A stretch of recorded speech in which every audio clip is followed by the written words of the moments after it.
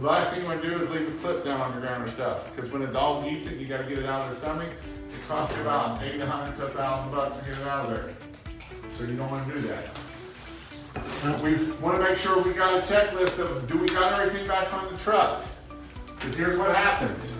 You're driving home and you get to the next job and you need the big you got your nice carbon fiber pole that you paid $1,500 for, and you get to that next job or 3 jobs later and you're like, where's that pole at? Huh, I don't remember where that pole is. And then guess what happens? You go back to where you think you left it, and it's gone. I've seen it happen to my own company. Yeah, I'm firing somebody. It happens, right? It happens. So you have a checklist to make sure that don't happen, that you have everything. What about a checklist and even putting on here that how many people have driven down the road and you look in your mirror and you see the ladder either teeter-tottering or sliding down the road?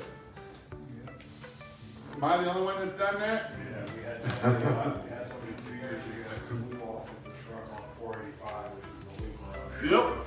So it happens. So how do we make sure that happens? On this checklist, take a picture of it. Everybody, Right? So then that way you can see, take a picture of it. Now, whose fault is it? Is it the kid's fault or your fault? Our fault, we didn't prepare them. You didn't prepare them. You didn't make sure they have a checklist. You didn't make sure that they're taking the picture. Because when you were on the truck, guess what? You didn't take a picture. You're just like, I know it needs to be done. No, you don't. Because they're only gonna do 80% of what you do. So if you don't take a picture, what's 80% of that? Not putting a tie on it. That's why it's important that we have a checklist. That not only that they follow it, you follow it. Because if you don't follow it, they're not gonna follow it. Bob don't follow it. Why do I need? Jason don't follow that checklist. Why do I need to follow it?